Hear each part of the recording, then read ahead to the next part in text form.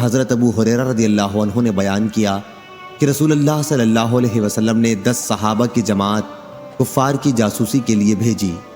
جماعت کا امیر عاصم بن عمر بن خطاب کے نانا عاصم بن ثابت انصاری رضی اللہ عنہ کو بنایا اور جماعت روانہ ہو گئی۔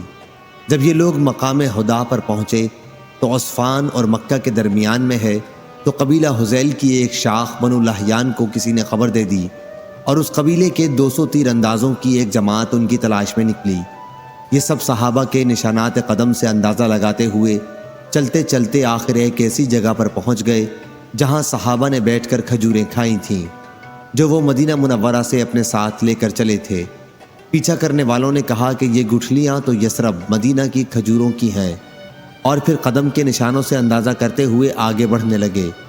آخر عاصم رضی اللہ عنہ نے اور ان کے ساتھیوں نے جب انہیں دیکھا تو ان سب نے ایک پہاڑ کی چوٹی پر پناہ لی۔ مشرکین نے ان سے کہا کہ ہتھیار ڈال کر نیچے اتر آؤ، تم سے ہمارا عہد و پیمان ہے، ہم کسی شخص کو بھی قتل نہیں کریں گے۔ عاصم بن ثابت رضی اللہ عنہ مہم کے امیر نے کہا کہ میں تو آج کسی صورت میں بھی ایک کافر کی پناہ میں نہیں اتروں گا، اے اللہ ہماری حالت سے اپنے نبی کو مطلع کر دے۔ اس پر ان کافروں نے تیر برسانے شروع کر دیے اور عاصم اور 7 دوسرے صحابہ کو شہید کر ڈالا، اور باقی 3 صحابی ان کے عہد و پیمان پر اتر آئے۔ یہ خبیب انصاری رضی اللہ عنہ، ابن دثنہ رضی اللہ عنہ اور ایک تیسرے صحابی عبداللہ بن طارق بلوی رضی اللہ عنہ تھے۔ جب یہ صحابی ان کے قابو میں آ گئے تو انہوں نے اپنی کمانوں کے تانت اتار کر ان کو ان سے باندھ لیا۔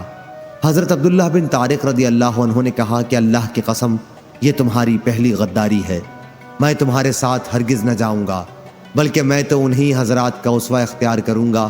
ان کی مراد شہداء سے تھی، مگر مشرکین انہیں کھینچنے لگے اور زبردستی اپنے ساتھ لے جانا چاہا۔ جب وہ کسی طرح نہ گئے تو ان کو بھی شہید کر دیا۔ اب یہ خبیب اور ابن دثنہ رضی اللہ عنہ کو ساتھ لے کر چلے اور ان کو مکے میں لے جا کر بیچ دیا۔ یہ جنگ بدر کے بعد کا واقعہ ہے۔ خبیب کو حارث بن عامر بن نوفل بن عبد مناف کے لڑکوں نے خرید لیا۔ خبیب رضی اللہ عنہ نے ہی بدر کی لڑائی میں حارث بن عامر کو قتل کیا تھا۔ آپ ان کے یہاں کچھ دنوں تک قیدی بن کر رہے۔ ظاہری نے بیان کیا کہ مجھے عبید اللہ بن عیاض نے خبر دی اور انہیں حارث کی بیٹی زینب نے خبر دی کہ جب ان کو قتل کرنے کے لیے لوگ آئے تو زینب سے انہوں نے موئے زیر ناف موڑنے کے لیے اس طرح مانگا، انہوں نے اس طرح دے دیا۔ زینب نے بیان کیا کہ پھر انہوں نے میرے ایک بچے کو اپنے پاس بلایا، جب وہ ان کے پاس گیا تو میں غافل تھی۔ زینب نے بیان کیا کہ پھر جب میں نے اپنے بچے کو ان کی ران پر بیٹھا ہوا دیکھا اور اس طرح ان کے ہاتھ میں تھا تو میں اس بری طرح گھبرا گئی کہ خبیب رضی اللہ عنہ بھی میرے چہرے سے سمجھ گئے۔ انہوں نے کہا تمہیں اس کا خوف ہوگا کہ میں اسے قتل کر ڈالوں گا، یقین کرو میں کبھی ایسا نہیں کر سکتا۔ اللہ کی قسم کوئی قیدی میں نے خبیب رضی اللہ عنہ سے بہتر کبھی نہیں دیکھا۔ اللہ کی قسم میں نے ایک دن دیکھا کہ انگور کا خوشہ ان کے ہاتھ میں ہے اور وہ اس میں سے کھا رہے ہیں، حالانکہ وہ لوہے کی زنجیروں میں جکڑے ہوئے تھے اور مکے میں پھلوں کا موسم بھی نہیں تھا۔ کہا کرتی تھی کہ وہ تو اللہ تعالیٰ کی روزی تھی جو اللہ نے خبیب کو بھیجی تھی۔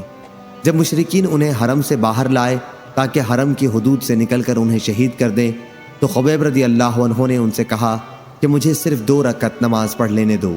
انہوں نے ان کو اجازت دے دی۔ پھر خبیب نے 2 رکعت نماز پڑھی اور فرمایا اگر تم یہ خیال نہ کرنے لگتے کہ میں قتل سے گھبرا رہا ہوں تو میں ان رکعتوں کو اور لمبا کرتا۔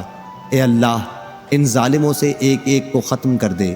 پھر یہ اشعار پڑھے جبکہ میں مسلمان ہونے کی حالت میں قتل کیا جا رہا ہوں تو مجھے کسی قسم کی بھی پرواہ نہیں ہے، خواہ اللہ کے راستے میں مجھے کسی پہلو پر بھی پچھاڑا جائے، یہ صرف اللہ تعالیٰ کی رضا حاصل کرنے کے لیے ہے، اور اگر وہ چاہے تو اس جسم کے ٹکڑوں میں بھی برکت دے سکتا ہے جس کی بوٹی بوٹی کر دی گئی ہو۔ آخر حارث کے بیٹے عقبہ نے ان کو شہید کر دیا۔ حضرت خبیب سے ہی ہر اس مسلمان کے لیے جسے قید کر کے قتل کیا جائے قتل سے پہلے 2 رکعتیں مشروع ہوئی ہیں۔ ادھر حادثے کی شروع ہی میں حضرت عاصم بن ثابت رضی اللہ عنہ مہم کے امیر کی دعا اللہ تعالیٰ نے قبول کر لی تھی، کیا اے اللہ ہماری حالت کی خبر اپنے نبی کو دے دے، اور نبی کریم صلی اللہ علیہ وسلم نے اپنے صحابہ کو وہ سب حالات بتا دیے تھے جن سے یہ مہم دوچار ہوئی تھی۔